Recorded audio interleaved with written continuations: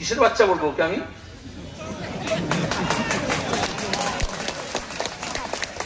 জিজ্ঞেস করছি আপনাদেরকে, এই এসপিটাকে কিসের বাচ্চা, কিসের বাচ্চা বলবো ওকে আমি?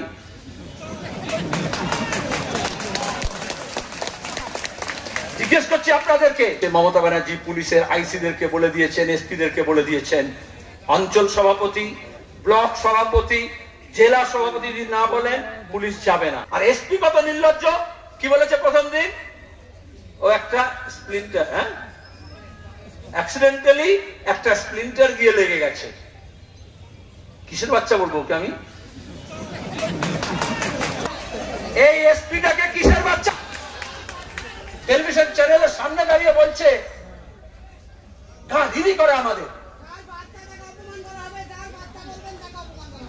পুলিশ নিয়ম মেনে চলে না, আইন মানেনি। যে পুলিশ নিজে আইন মানে না, সে মানুষকে বলবে আইন মেনে চলো। আর পুলিশ করবে কি আপনারা দেখেননি?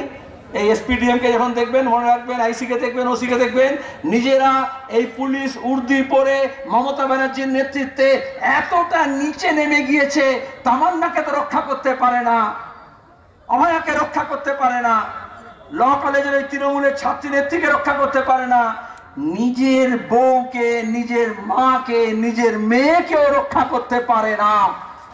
আল্লাদি করছে এই এসপি, এই ডিএম, এই এডিজি, এই ডিজির মুরদ নেই, নিজের থানার আইসির মা বোনের সম্মান রক্ষা করতে পারে। আর যে নিজের মায়ের, নিজের বউয়ের সম্মান রক্ষা করতে পারে না, সেই পুলিশ অফিসাররা এই রাজ্যের মানুষের সম্মান রক্ষা করতে পারে না।